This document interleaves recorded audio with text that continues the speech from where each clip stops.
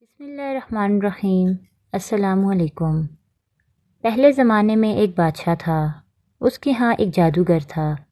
جب جادوگر بوڑھا ہوا تو اس نے بادشاہ سے کہا کہ میں اب بوڑھا ہو گیا ہوں اور میری موت کا وقت قریب ہے، مجھے کوئی بچہ سونپ دو تاکہ میں اسے جادو سکھا سکوں۔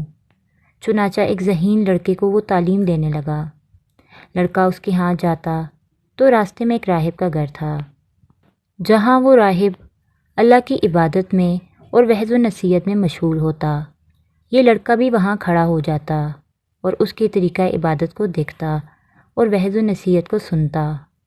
وہ اب روز آتے جاتے یہاں رک جایا کرتا تھا۔ اسے جادوگر بھی مارتا اور باپ بھی، کیونکہ وہ جادوگر کے پاس دیر سے آتا اور گھر بھی دیر سے پہنچتا۔ ایک دن اس بچے نے راہب کے آگے شکایت پیش کی کہ میرے ساتھ یہ سب کچھ ہو رہا ہے۔ تو راہب نے اس بچے سے کہا کہ جب جادوگر تم سے پوچھے کہ کیوں دیر ہو گئی تو کہنا گھر والوں نے روک لیا، اور اگر گھر والے بگڑیں تو کہنا کہ جادوگر نے روک لیا تھا۔ یوں ہی کچھ عرصہ گزر گیا کہ وہ لڑکا ایک طرف تو جادو سیکھتا تھا اور دوسری طرف اللہ کا کلام اور اللہ کا دین سیکھتا تھا۔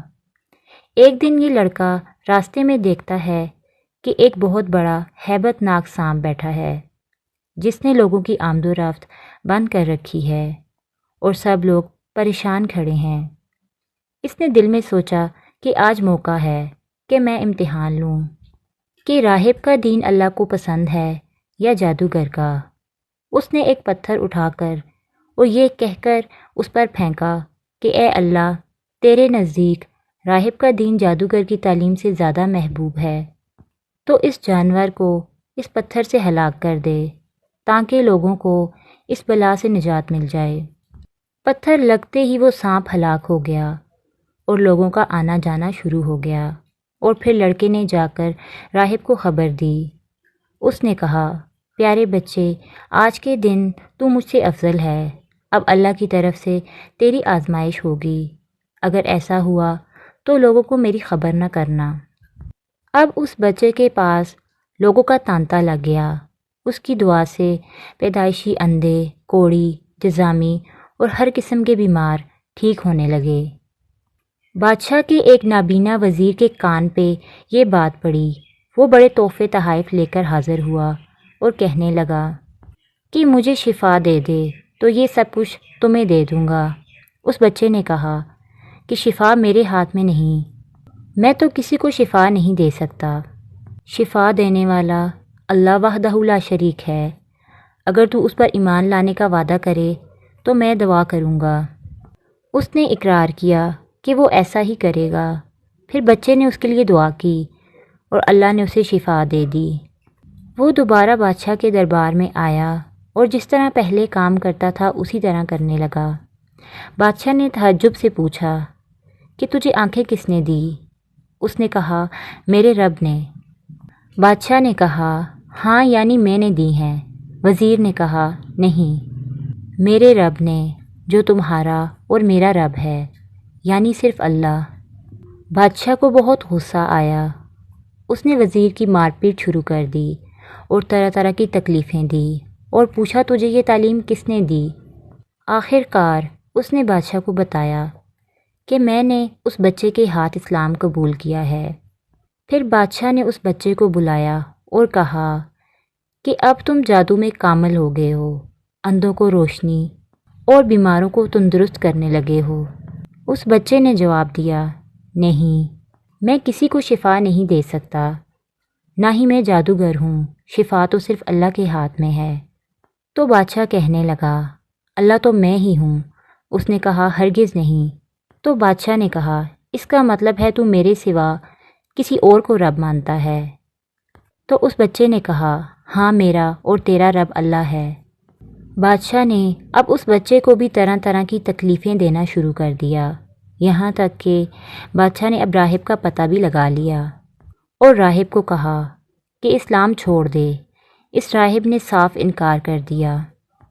تو بادشاہ نے اسے آرے سے چروایا اور اپنے سپاہیوں کو حکم دیا کہ اس بچے کو فلاں پہاڑی کی چوٹی پر لے جاؤ وہاں پہنچ کر بھی اگر دین سے باز آ جائے تو اچھا ہے، ورنہ وہیں سے نیچے گرا دینا۔ چنانچہ سپاہی اسے پہاڑ کی چوٹی پر لے گئے، اور جب اس کو دھکا دینا چاہا تو اس بچے نے اللہ سے دعا کی کہ اے اللہ، جس طرح تو چاہے مجھے ان سے نجات دے۔ اس دعا کے ساتھ ہی پہاڑ ہلا اور سب سپاہی نیچے گر گئے اور وہ بچہ بچ گیا۔ وہ پھر بادشاہ کے پاس گیا تو بادشاہ نے پوچھا، میرے سب سپاہی کہاں ہیں؟ تو بچے نے کہا کہ وہ سب ہلاک ہو گئے اور مجھے میرے اللہ نے بچا لیا۔ اب بادشاہ نے اپنے دوسرے سپاہیوں کو حکم دیا کہ اس کو کشتی میں بٹھا کر لے جاؤ اور سمندر میں پھینک آؤ۔ وہ سپاہی اسے لے کر چلے گئے۔ جب سمندر کے درمیان میں پہنچے اور اس بچے کو پھینکنا چاہا تو اس بچے نے پھر وہی دعا کی۔ دعا کے ساتھ ہی ایک بڑی موج اٹھی اور سارے کے سارے سپاہی سمندر میں ڈوب گئے اور صرف وہی بچہ بچ گیا۔ پھر وہ بچہ بادشاہ کے پاس آیا اور کہا کہ میرے رب نے مجھے بچا لیا ہے، تو جتنی بھی تدبیریں کر لے تو مجھے ہلاک نہیں کر سکتا۔ صرف ایک ہی صورت ہے کہ جس طرح میں کہوں، اگر تو اس طرح کرے تو میری جان نکل سکتی ہے۔ اس بچے نے کہا کہ تمام لوگوں کو ایک میدان میں اکٹھا کرو اور پھر کھجور کے تنے پر مجھے سولی چڑھا دو، اور تیر کو یہ کہہ کر بسم اللہ رب حاذل غلام، یعنی اللہ کے نام سے جو اس بچے کا رب ہے، پڑھ کر میری طرف پھینک، وہ مجھے لگے گا۔ بادشاہ نے ایسا ہی کیا۔ تیر بچے کی کن پٹی میں لگا۔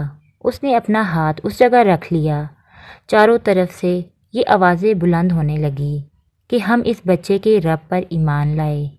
یہ دیکھ کر بادشاہ اور اس کے ساتھی بہت گھبرائے اور کہنے لگے کہ ہم اس بچے کی تدبیر سمجھے ہی نہیں، دیکھو اس کا اثر کیا پڑا، سب لوگ دین اسلام میں داخل ہو گئے۔ ہم تو اس کو اس لیے قتل کرنا چاہتے تھے کہ اس کا مذہب پھیل نہ جائے، لیکن جو ڈر تھا وہی ہوا، سب مسلمان ہو گئے۔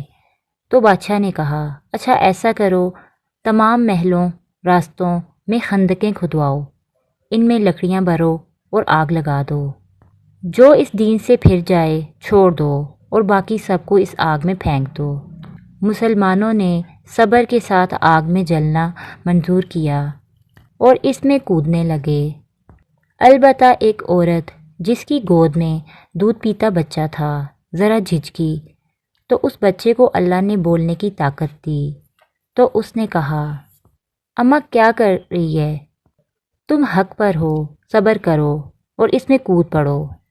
قرآن مجید میں سورہ البروج کے اندر اس واقعے پر اللہ رب العزت نے روشنی ڈالی ہے۔